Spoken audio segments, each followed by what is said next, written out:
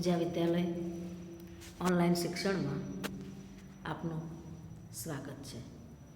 આજે આપણે ધોરણ 10 સામાજિક વિજ્ઞાન પ્રકરણ 18 ભાવ વધારો અને ગ્રાહક જાગૃતિ એનો ત્રીજો ભાગ જોવા જઈ રહ્યા છીએ. હવે ત્રીજા ભાગમાં આપણે ગ્રાહક સુરક્ષાના ઉપાયો, તો 4 પ્રકારે આ ઉપાયો હાથ ધરવામાં આવ્યા છે. એમાં પહેલો પ્રકાર છે ત્રિસ્તરીય અર્ધન્યાયી અદાલતો. તો રાષ્ટ્રીય ગ્રાહક સુરક્ષા ધારો 1986 અન્વયે કેન્દ્રીય ગ્રાહક સુરક્ષા કાઉન્સિલ એટલે કે રાષ્ટ્રીય ઉપભોક્તા આયોગની રચના કરી છે. તે જ રીતે રાજ્ય કક્ષાએ રાજ્ય ઉપભોક્તા આયોગની રચના કરી છે. કમિશનો હેઠળ ગ્રાહક સુરક્ષા કાયદા હેઠળના નિયમો ઘડ્યા. રાષ્ટ્રીય ગ્રાહક તકરાર પંચે ત્રિસ્તરીય અદાલતોનું માળખું ઊભું કર્યું છે અને ગ્રાહક ફોરમ કે કમિશનોની કાર્યવાહી માટેના ધારાધોરણો ઘડ્યા. એ આપણે જે અદાલત જોઈ શકીએ છીએ આ પિક્ચરમાં. હવે પહેલી છે જિલ્લા ફોરમ. તો જિલ્લા ફોરમ એટલે કે જિલ્લા મંચ પણ કહેવામાં આવે છે. લગભગ જિલ્લાઓમાં પ્રત્યેક જિલ્લાઓમાં અદાલત હોય છે, જે સૌથી મહત્ત્વપૂર્ણ અદાલત છે, જે ગ્રાહકોની ફરિયાદોનો અભ્યાસ કરીને ન્યાયિક નિકાલ કરે છે, ગ્રાહકને થયેલ નુકસાન બદલ વળતર અપાવે છે. દેશમાં અંદાજે 571 ગ્રાહક જિલ્લા ફોરમો કાર્યરત છે. આ કોર્ટમાં અત્યારે 20 લાખ સુધીના વળતરના દાવા માટે તેની નિર્ધારિત ફી ભરેથી અરજી સ્વીકારવામાં આવે છે. એટલે 20 લાખ રૂપિયા સુધીનો વળતરનો દાવો હોય તો આપણે જિલ્લા ફોરમમાં જઈ શકીએ છીએ. આપણા દેશમાં 571 જેટલી આવી જિલ્લા ફોરમો આવેલી છે. જિલ્લા ફોરમના નિર્ણયથી નારાજ થયેલ પક્ષકાર નિર્ણયની જાણ થયાના 30 દિવસમાં રાજ્ય કમિશનમાં અપીલ દાખલ કરી શકે છે. જો કે તે પૂર્વે તેણે વળતરની દાવાની રકમની 50% કે 25,000 જે ઓછું હોય તે નિયત શરતોએ ડિપોઝિટ જમા કરાવવાની હોય છે. હવે બીજા નંબરની છે રાજ્ય કમિશન. દેશમાં અંદાજે હાલમાં 35 રાજ્ય ફોરમો કાર્યરત છે. 20 લાખ સુધીના હોય તો આપણે જિલ્લા ફોરમમાં જઈ શકીએ છીએ. જ્યારે 20 લાખથી વધારે અને 1 કરોડ કરતાં ઓછા એટલે 1 કરોડ રૂપિયા સુધીનું વળતરનો દાવાની રકમ હોય તો આપણે આ રાજ્ય કમિશનમાં જે ફી જે નિર્ધારિત કરેલી હોય તે ભરીને આપણે દાખલ થઈ શકીએ છીએ. જિલ્લા ફોરમથી નારાજ થયેલ કોઈપણ પક્ષકાર હુકમની તારીખથી 30 દિવસમાં ઠરાવેલ નમૂનામાં અને દાવાની રકમના 50% અથવા 35,000 ડિપોઝિટ ભરેથી રાષ્ટ્રીય કમિશનમાં અપીલ કરી શકે. જ્યારે ત્રીજી છે રાષ્ટ્રીય કમિશન, એટલે કે સૌથી ઉપરની જે દેશમાં આવેલી છે તે 1 કરોડ રૂપિયા કરતાં વધારે વળતરનો દાવો હોય ત્યારે તેના અંગેની અરજીઓ તેની નિર્ધારિત જે ફી હોય એ કોર્ટમાં ભરીને આપણે ફરિયાદ દાખલ કરી શકીએ છીએ. 5 સભ્યોની બેન્ચ આ કમિશનના સભ્યો હોય છે.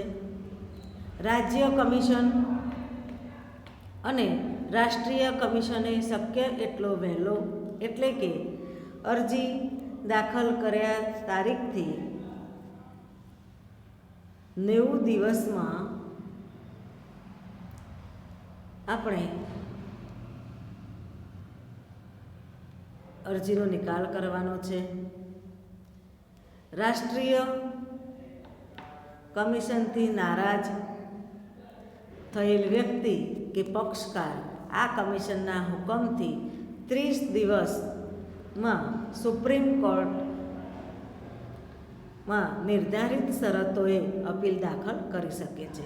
જો કે અપીલ પૂર્વે પક્ષકાર વળતર દાવાની રકમના 50% અથવા 50,000 બેમાંથી જે ઓછું હોય તે ડિપોઝિટ પેટે કોર્ટમાં જમા કરાવવાનું ફરજિયાત છે. તો જો કોઈ પણ વ્યક્તિ આ ત્રણેય અદાલતો પૈકી જે તે અદાલતોએ કરેલા હુકમોનું પાલન ન કરે તો સજા અથવા દંડ કે બંને શિક્ષાને પાત્ર ઠરે છે. BPL જે કાર્ડ ધરાવતી વ્યક્તિઓ છે તે, સિનિયર સિટીઝન્સ અને વિકલાંગ વ્યક્તિઓને કેટલીક શરતોને આધીન ફી ભરવામાંથી મુક્તિ આપવામાં આવે છે. અને જિલ્લા મફત કાનૂની સેવામાં માર્ગદર્શન, કાનૂની સહાય, માર્ગદર્શન, વકીલની ફી સેવા પૂરી પાડવામાં આવે છે. બીજા નંબરે છે ગ્રાહક મંડળો, ગ્રાહક સુરક્ષા પરિષદો. તો આ અધિનિયમ હેઠળ તાલુકા, જિલ્લા, રાજ્ય અને રાષ્ટ્રીય કક્ષાએ સરકાર માન્યતા પ્રાપ્ત મંડળો સ્થાપવામાં આવે છે. આ ગ્રાહક મંડળો કે પરિષદો બિન રાજકીય અને બિન ધંધાકીય ધોરણે ગ્રાહકો દ્વારા સ્વૈચ્છિક રીતે રચાયેલા ગ્રાહક મંડળો છે. આ ગ્રાહક મંડળોનો મુખ્ય હેતુ ગ્રાહકોના અધિકારોએ જાગૃતિ તથા પ્રોત્સાહન આપવા તથા તેના હકોની સુરક્ષા માટેની નીતિઓના ઘડતરમાં સરકારોને મદદ કરવાનો છે. તેઓ ગ્રાહકોના અધિકાર તથા કાયદાની જોગવાઈઓની વખતોવખત સમીક્ષા કરે છે અને ધારાકીય જોગવાઈમાં સુધારા અંગે સરકારને સૂચન કરે છે. આ ગ્રાહક મંડળો ગ્રાહક જાગૃતિ ઝુંબેશ રૂપે ગ્રાહક શિક્ષણ આપે છે. તેમાં ગ્રાહકોના અધિકારો, ફરજો, વિવિધ પ્રકારે થતા શોષણ, તેનાથી કેવી રીતે બચી શકાય, એની કાયદેસરની જોગવાઈઓ જેવા મુખ્ય વિષયો પર માર્ગદર્શન પૂરું પાડે છે. આ ગ્રાહક મંડળો કે સંગઠનો દ્વારા ગ્રાહક સુરક્ષા, ઇનસાઇટ ધી કન્ઝ્યુમર, ગ્રાહક મંચ જેવા માસિક, દ્વિમાસિક મેગેઝિનો, સામયિકો પ્રકાશિત કરીને ગ્રાહક જાગૃતિ ફેલાવવાનું કાર્ય કરી રહ્યા છે અને ગ્રાહકની ફરિયાદોનું નિવારણ લાવવામાં મદદરૂપ થાય છે. ત્રીજું છે જાહેર વિતરણ પ્રણાલી. જાહેર વિતરણ પ્રણાલી મારફત વ્યાજબી ભાવની દુકાનો દ્વારા નિયમિતપણે સારી ગુણવત્તાનો માલ નિયત જથ્થામાં રાહત દરે અનાજ, અન્ય વસ્તુઓ પૂરી પાડે છે, જે થકી ગરીબ ગ્રાહકોને ખુલ્લા બજારમાં વધુ ભાવ લેવાના હલકી જાતના ગુણવત્તાવાળા માલ સામાન કે ઓછી માત્રામાં મળતી ચીજ વસ્તુઓ દ્વારા થતા શોષણથી બચાવે છે. વેપારીની ભ્રષ્ટ રીત રસમો સામે જાહેર વિતરણ પ્રણાલી દ્વારા અંકુશ રહે છે. ચોથું છે તોલમાપ અને ચીજ વસ્તુઓની શુદ્ધતાને પ્રમાણિત કરતું તંત્ર. ગ્રાહકોના સ્વાસ્થ્ય અને સલામતીના રક્ષણ અર્થે સરકારે કેટલીક કાયદાધીન સંસ્થાઓની સ્થાપના કરી છે, જે ઉત્પાદકો દ્વારા તૈયાર થયેલ માલ સામાન, વસ્તુની ગુણવત્તા, શુદ્ધતાની તપાસણી, ચકાસણી કરીને તેને પ્રમાણિત કરે છે. હવે ભારત સરકાર ગુણવત્તા નિયમન કરવા માટે 1947માં ઇન્ડિયન સ્ટાન્ડર્ડ ઇન્સ્ટિટ્યૂટ એટલે કે ISI નામની સંસ્થા સ્થાપી હતી, જે પાછળથી ઈસવીસન 1986માં બ્યુરો ઓફ ઇન્ડિયન સ્ટાન્ડર્ડ્સ નામે ઓળખાય છે, જે યોગ્ય ગુણવત્તા ધરાવતા વિવિધ ઉત્પાદકો ISI માર્કો ઉત્પાદકીય ઉપકરણો પર વાપરવાની છૂટ આપે છે. અહીંયા સિમ્બોલ આપેલા છે. આપણે ઘણીવાર આપણે જે વસ્તુઓ ખરીદીએ છીએ એના ઉપર આપણે આવો ISIનો માર્કો અને BIS સંસ્થાનો લોગો આપણે તેમાં આપણે જોઈએ છીએ. તો આ છે માર્કો. ખેતી પર આધારિત જો ચીજ વસ્તુઓ હોય, વન પેદાશો હોય, બાગાયતી અને પશુ પેદાશોની ગુણવત્તાના માનક જે એક માર્ક લગાડવાનો કાયદો છે, એ ખેતીવાડી ઉત્પન્ન બજાર સમિતિ 1937 હતો એ કાયદો, ભારત સરકારના ડિપાર્ટમેન્ટ ઓફ માર્કેટિંગ ઇન્ટેલિજન્સ સંસ્થા એટલે કે DMI દ્વારા એક માર્ક વાપરવાનો પરવાનો આપવામાં આવે છે. જો ગ્રાહકને માર્કા સંબંધી શંકા જાગે તો તે BISના નજીકના પ્રાદેશિક કાર્યાલયમાં ફરિયાદ કરી શકે છે. તો આ છે માર્કો, ભારત સરકારનો એક માર્કનો. હવે આ ઉપરાંત સોનાના દાગીનાની ખરીદી કરતી વખતે પણ આપણે BISનો માર્કો આપણે એની અંદર જોઈએ છે. તો અહીં આપેલો છે આ માર્કો. એની ખરીદી વખતે BIS માર્કાની શુદ્ધતાનો 91.6 એટલે કે 22 કેરેટ સોનાની શુદ્ધતા દર્શાવતો માર્ક સાથે હોલમાર્ક કેન્દ્રનો લોગો, જે તે વર્ષમાં હોલમાર્કિંગ થયું હોય તે ચિહ્નનું, દાખલા તરીકે જે એટલે કે 2008 ઉપરાંત જ્વેલરી બનાવનાર વિક્રેતાનો લોગો શુદ્ધતા અને ગુણવત્તાની ગેરંટી આપે છે. તો આપણે સોનાના દાગીનામાં અહીંયા આપેલા છે તે આપણે એની અંદર જોઈએ છીએ અને તે જોઈને આપણે દાગીના ખરીદવા જોઈએ. ત્યારબાદ FPO. તો FPO એટલે કે ફૂડ પ્રોડક્ટ ઓર્ડરનો માર્કો જામ, ફ્રૂટ, જ્યુસ, કેન કે ટીનમાં પેક કરેલા ફળો અને શાકભાજીના ઉત્પાદક વસ્તુ પર લગાડવામાં આવે છે. અહીંયા FPOનો લોગો છે. અહીંયા વૂલ માર્ક એટલે કે ઊનની વસ્તુ હોય તેના પર આ રીતેનો લોગો હોય છે. MPO એટલે કે મીટ ઉપર હોય છે. તો આ રીતેના લોગા એની અંદર આપેલા હોય છે. શાકભાજીની ઉત્પાદક વસ્તુ પર લગાડવા ISI ટેક્સટાઇલ, કેમિકલ, જંતુનાશકો, રબર પ્લાસ્ટિકની બનાવટો, સિમેન્ટની ધાતુઓ, ઇલેક્ટ્રોનિક ઉપકરણો પર આ માર્કો BIS દ્વારા લગાડવામાં આવે છે એટલે કે ISIનો માર્કો. ત્યારબાદ વૂલ માર્કો. તો ઊનની બનાવટો અને પોશાકને આપવામાં આવે છે. MPO એટલે કે મીટ પ્રોસેસિંગ ઓપ્ટિમેશન એટલે કે માર્કો માંસ, મટનની પેદાશો તેમાંથી બનેલી બનાવટોને અપાય છે. જ્યારે HACCP એટલે કે hazard analysis and critical control point આ માર્કો પ્રક્રિયા દ્વારા તૈયાર થયેલા ખોરાકના ઉત્પાદનોને BIS દ્વારા અપાય છે. ECO.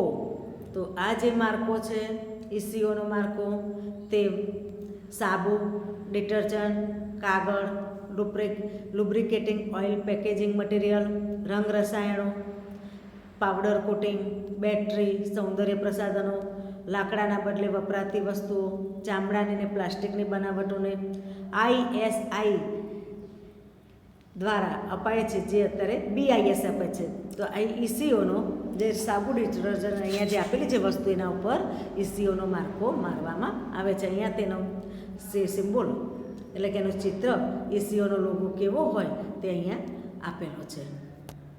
આંતરરાષ્ટ્રીય કક્ષાની વાત થઈ. હવે આપણે આંતરરાષ્ટ્રીય એટલે કે જે ફોરેનની જે આપણે જોઈએ છે કે સમગ્ર જે બીજા બધા દેશો છે એના દ્વારા જે આંતરરાષ્ટ્રીય સંગઠનો જે છે એના દ્વારા સ્ટાન્ડર્ડાઇઝેશન વસ્તુની એટલે ગુણવત્તા માનકની કામગીરી કરી રહી છે. તો એ પણ જે ગુણવત્તાવાળી વસ્તુ હોય એને આવા માર્કાઓ લગાડે છે. તો ISO ઇન્ટરનેશનલ સ્ટાન્ડર્ડાઇઝેશન ઓર્ગેનાઇઝેશન જેનું મુખ્ય મથક જીનીવામાં છે, જેની સ્થાપના 1947માં થઈ, જેનું કાર્ય આંતરરાષ્ટ્રીય સમજૂતી એટલે કે ISO 9000 આંતરરાષ્ટ્રીય ગુણવત્તાનું પ્રમાણપત્ર ઉત્પાદન એકમોને તથા સંસ્થાઓને આપવામાં આવે છે. ISO 14000 શ્રેણી પર્યાવરણ વ્યવસ્થાપન પદ્ધતિ માટે ઇન્ટરનેશનલ ઓર્ગેનાઇઝેશન દ્વારા અપાય છે, જે ઉચ્ચ ગુણવત્તા ધરાવતી ઓફિસો કે સંસ્થા હોવાનું પ્રમાણપત્ર છે. કોઈ પણ વસ્તુ આપણે જ્યારે મેડ ઇન ઇન્ડિયા બહારની વસ્તુ જ્યારે ખરીદીએ ત્યારે એની પર આવો ISOનો માર્કો આપણને જોવા મળતો હોય છે. બીજો છે કોડેક્સ એલિમેન્ટરિયસ કમિશન CAC. ખોરાકને લગતું આંતરરાષ્ટ્રીય કમિશન છે. તેમાં આંતરરાષ્ટ્રીય ખાદ્ય પદાર્થોને પ્રમાણિત કરવાનું કાર્ય કરે છે. આ કમિશનની સ્થાપના 1963માં ખાદ્ય તથા ખેતી સંગઠન અને વિશ્વ આરોગ્ય સંસ્થા એટલે કે WHO દ્વારા કરવામાં આવી છે. તેનું મુખ્ય મથક ઇટાલીની રાજધાની રોમમાં છે. દૂધની બનાવટો, માંસ, માછલી, ખાદ્ય પદાર્થોના ઉત્પાદનોને પ્રમાણિત કરવાનું અને આંતરરાષ્ટ્રીય સ્તરે વેપાર નીતિ નિયમો ઘડવાનું કાર્ય આ સંસ્થા કરે છે. ભારતમાં ISO સાથે સંપર્કની કામગીરી ભારતીય સંસ્થા BIS કરે છે, જ્યારે CSE સાથે સંપર્કમાં રહીને કાર્ય ભારતની director general of health services કરે છે. તો ફરિયાદ કોણ દાખલ કરી શકે અને ક્યાં? તો ગ્રાહક પોતે, કેન્દ્ર, રાજ્ય સરકાર અથવા કેન્દ્ર શાસિત પ્રદેશોની સરકાર, ગ્રાહક મંડળ કે જે કંપની કાયદા કે અન્ય પ્રવર્તમાન કાયદા હેઠળ નોંધાયેલ હોય તે, અથવા તો એક કે તેથી વધુ ગ્રાહકો વતી પ્રતિનિધિત્વ સ્વરૂપે કોઈ ગ્રાહક કે જેમાં બધા ગ્રાહકોનું સમાન હિત હોય તે, અથવા તો કોઈ માલ, ચીજવસ્તુ કે સેવા ખરીદનારની સંમતિથી ઉપયોગ કરનાર કુટુંબનો કોઈ સભ્ય માલ કે સેવામાં તૂટ કે ખામી બદલ થયેલ નુકસાની સામે ફરિયાદ કરી શકે છે. હવે ક્યાં? તો જો ઉત્પાદક કે વિક્રેતા ગ્રાહકની સાચી, યોગ્ય અને સ્પષ્ટ ફરિયાદનું કોઈ નિરાકરણ માટે પહેલ ન બતાવે કે તૈયારી ન બતાવે, ત્યારે ભોગ બનનાર ગ્રાહક કે તેના કુટુંબના સભ્ય દ્વારા સ્થાનિક જિલ્લા ફોરમ, રાજ્ય કમિશન, રાષ્ટ્રીય કમિશનમાં કેસ કરીને સ્થાનિક પુરવઠા કચેરી, તોલમાપ, વિજ્ઞાન અને ગ્રાહક કચેરી, ગ્રાહક મંડળો, કલેક્ટર કચેરીમાં ફરિયાદ કરી શકે છે.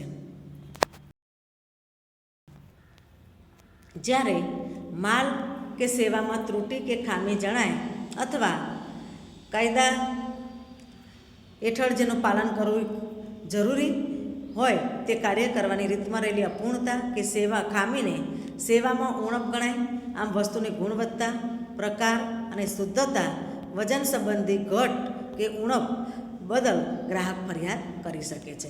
હવે ફરિયાદ કેવી રીતે કરવી? તો ફરિયાદની અરજી સરળ, સ્પષ્ટ ભાષામાં ટાઈપ કરીને કે હસ્તાક્ષરમાં કે ઈમેલથી થઈ શકે છે. જો કોર્ટમાં વકીલ મારફતે કેસ કરવો હોય તો સોગંદનામું કરવું પડે છે. અરજીમાં અરજદારનું નામ, સરનામું, સંપર્ક નંબર હોવો જોઈએ. ફરિયાદનું વિગતપૂર્ણ વર્ણન, ફરિયાદ માટેના કારણો પણ સ્પષ્ટ લખવા. આરોપ સંદર્ભે જે કોઈ આધાર પુરાવા કે દસ્તાવેજો હોય તેની પ્રમાણિત નકલો બીળવી. ક્યારેય પણ મૂળ પુરાવા આપવા નહીં. બિલની કાચી પાકી રસીદ બીળવી. જો પેમેન્ટ ચેકથી કર્યું હોય તો તેની વિગત લખવી. વિક્રેતાએ કરેલી શરતો, જાહેર ખબરની નકલ, ગેરંટી કે વોરંટી કાર્ડ, પેમ્પલેટ્સ કે પ્રોસ્પેક્ટસની નકલ બીળવી. અરજી સાથે માંગેલ વળતરના દાવાની રકમ અનુસાર નિયમ મુજબ ફી ભરેથી જે તે ગ્રાહક ફોરમમાં એટલે કે કોર્ટમાં ફરિયાદ દાખલ થઈ શકે છે. ગ્રાહક ફરિયાદ થવાનું કારણ ઉદ્ભવે તેના 2 વર્ષમાં ફરિયાદ દાખલ કરી શકાય છે. કોઈ પણ ગ્રાહક સંબંધી ફરિયાદ કરવા કે કાયદા અંગે વિશેષ માહિતી મેળવવા કે માર્ગદર્શન માટે ગુજરાત રાજ્યની હેલ્પલાઇન ટોલ ફ્રી નંબર 1800-233-0222 અને રાષ્ટ્રીય કક્ષાએ હેલ્પલાઇન નંબર 1800-114-000 ઉપરથી માહિતી મેળવી શકે છે કે માર્ગદર્શન લઈ શકે છે. તો વિદ્યાર્થી મિત્રો, અહીં આપણે ભાવ વધારો અને ગ્રાહક જાગૃતિ વિશે આ પાઠમાં આપણે જે માહિતી મેળવી, તો એ પાઠ મુજબ આજે આપણો પાઠ અહીંયા સમાપ્ત થાય છે. અસ્તુ.